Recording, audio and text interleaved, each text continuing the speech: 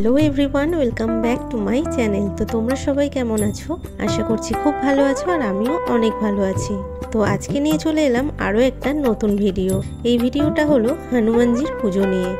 তো দিনটা ছিল 11ই এপ্রিল, শুক্রবার। সন্ধ্যেবেলা আমি আর মা চলে গেছি সোনারপুরে বাজার করতে, কারণ পুজো ছিল 12ই এপ্রিল শনিবার।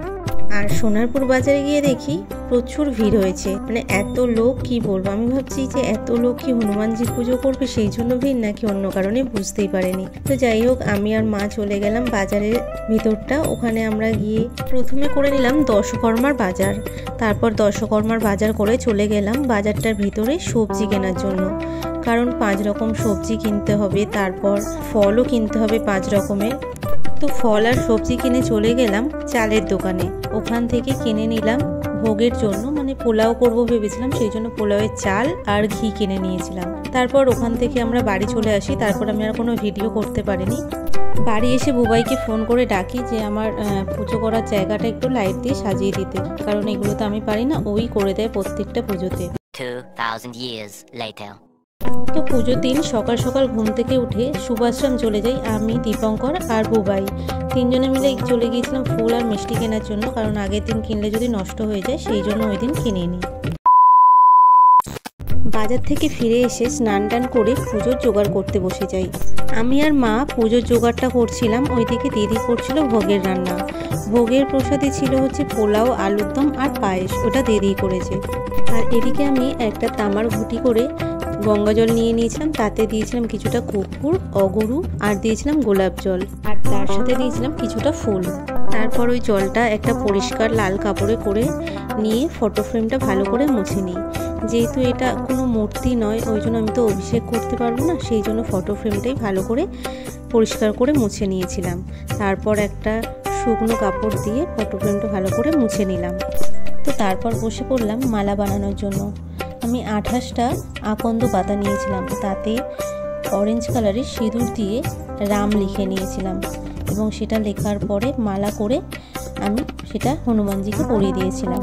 তো আমি ভেবেছিলাম জয় শ্রীরাম লিখবো, যেহেতু আঙুল দিয়ে লিখছিলাম তো মোটা মোটা হচ্ছিল, তো জয় শ্রীরাম পুরোটা লেখা যাচ্ছিল না, শুধু রামই লিখেছিলাম। সেই জন্য মালা বানানো হয়ে যাওয়ার পরে জায়গাটা ভালো করে পরিষ্কার করে নিয়ে তারপর আমি যেখানে হনুমানজিকে বসাবো সেই জায়গাটা একটা লাল কাপড় পেতে নিয়েছিলাম, যেহেতু হনুমানজির লাল আর গেরুয়া কালার খুব পছন্দের, সেই জন্য আমি লাল কাপড়ই দিয়েছিলাম। তারপর আমি আকন্দ পাতার মালাটা পরিয়ে দিলাম, যেটায় আমি রাম লিখেছিলাম। তারপর আমি অশ্বত্থ পাতাও নিয়েছিলাম, সেখানে আমি 11টা পাতা নিয়েছি। 11টা পাতার মধ্যে আমি রাম লিখেছিলাম, লিখে সেই মালাটাও পরিয়ে দিলাম। তারপর আমি পান দিয়ে সুন্দর করে সাজিয়ে দিয়েছিলাম জায়গাটা। তো হনুমানজির অশ্বত্থ পাতা, পান পাতা আর আকন্দ পাতা খুবই প্রিয়, সেই জন্য চেষ্টা করেছিলাম সব কিছুই দেওয়ার, যেগুলো পছন্দ করে আমি সবই দেওয়ার চেষ্টা করেছি। তারপর একটা অরেঞ্জ গাঁদার মালা দিয়েছিলাম, লাল জবা ফুলের মালা দিয়েছিলাম, আর জুঁই ফুলও খুব পছন্দের হনুমানজির, কিন্তু আমি জুঁই ফুল পাইনি, তাই একটা বেল ফুলের মালা দিয়েছিলাম।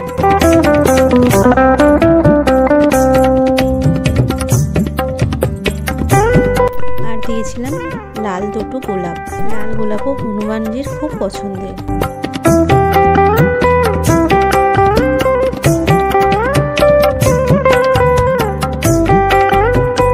সবকিছু গুছিয়ে নেওয়ার পরে ভোগ প্রসাদগুলো যেগুলো করেছিলাম সব কিছুই সামনে সুন্দর করে সাজিয়ে দিই। তারপর অভি পুজোয় বসে যায়। অভি মানে পুরোহিত, আমাদের যে পুরোহিত হয়েছিল অভি, সেই পুজো করছিল। ও আমাদের বাড়ির সব পুজোগুলো করে। আমাদের এই পুরোহিতটা খুব ভালো, কেন জানো? কারণ ও টাইম দিয়েছিল 1:30টায় আসবে পুজো করতে, ও ঠিক 1:30টাতেই এসেছে পুজো করতে, কিন্তু আমি সব কিছু গুছিয়ে উঠতে পারিনি। তো পুজোর সব কিছু গোছাতে গোছাতে প্রায় 2:30-3টে নাগাদ বেজে গেছিলো। ও তারপরেই পুজোতে বসে। তো পুজোয় অভি বসে যাওয়ার পর আমি চলে গেলাম রেডি হওয়ার জন্য, কারণ তখন আমি ঠিকঠাকভাবে রেডি হইনি।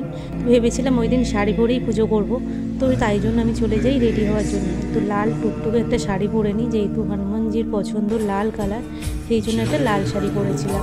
ওই দিন হনুমানজির যা যা পছন্দ সব কিছুই করার চেষ্টা করেছি। যেমন প্রসাদে দেখো যা যা দিয়েছি, লাড্ডু, পায়েস, জিলিপি, অমৃতি, গুড়, ছোলা, খেজুর, সব কিছুই হনুমানজির পছন্দের। সাথে আমও দিয়েছিলাম, যেটা হনুমানজির খুব পছন্দের। মুক্ত কেশিং লোলজিহ্বাং দিগন্তিং দুর্গাং পূর্বাপুষ্মায়ুক্তং বরাফল বরাস্পরে ওম কৃষ্ণ দক্ষিণাকালিকায় নমঃ ওম কৃষ্ণ দক্ষিণাকালিকায় নমঃ ওম কৃষ্ণ দক্ষিণাকালিকায় নমঃ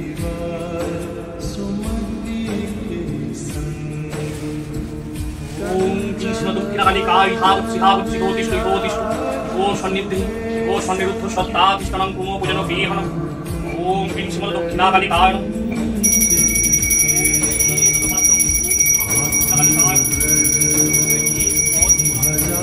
তো সব কিছু হয়ে যাওয়ার পর তারপর আমি অঞ্জলি দিয়ে নিই। অঞ্জলি দেওয়ার পর অভি আরতি করে নেয় সুন্দর করে।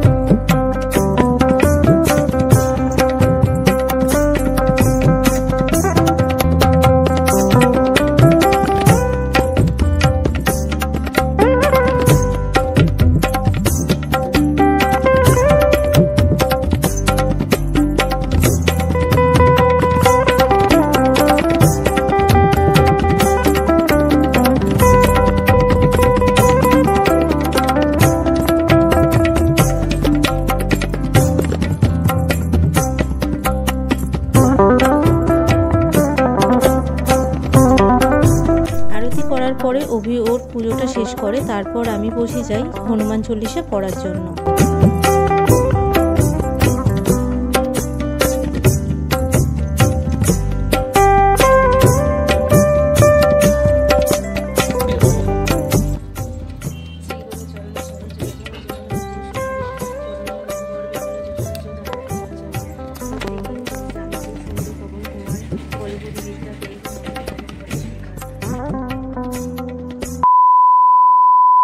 তারপর সবাইকে বলেছিলাম সন্ধ্যাবেলা প্রসাদ খেতে আসার জন্য। তো একে একে সবাই এসেছিল। প্রথমে এসেছিল স্বর্ণালী, বর্ণালী, তারপর আমাদের জামাইবাবু মানে পলির পর, তারপর এসেছিল হচ্ছে সৌমেনের পরে এসেছিল রণজিৎ। তো পুজোর দিনটা এভাবেই কেটে যায়। এই ভিডিওটা এই পর্যন্তই। যদি ভালো লাগে ভিডিওটাতে লাইক, কমেন্ট, শেয়ার করে দেবে। চ্যানেলে প্রথম হলে সাবস্ক্রাইব করতে ভুলবে না। আর আমার ভিডিও আগে পাওয়ার জন্য অবশ্যই বেল আইকনটা প্রেস করে দেবে। টাটা।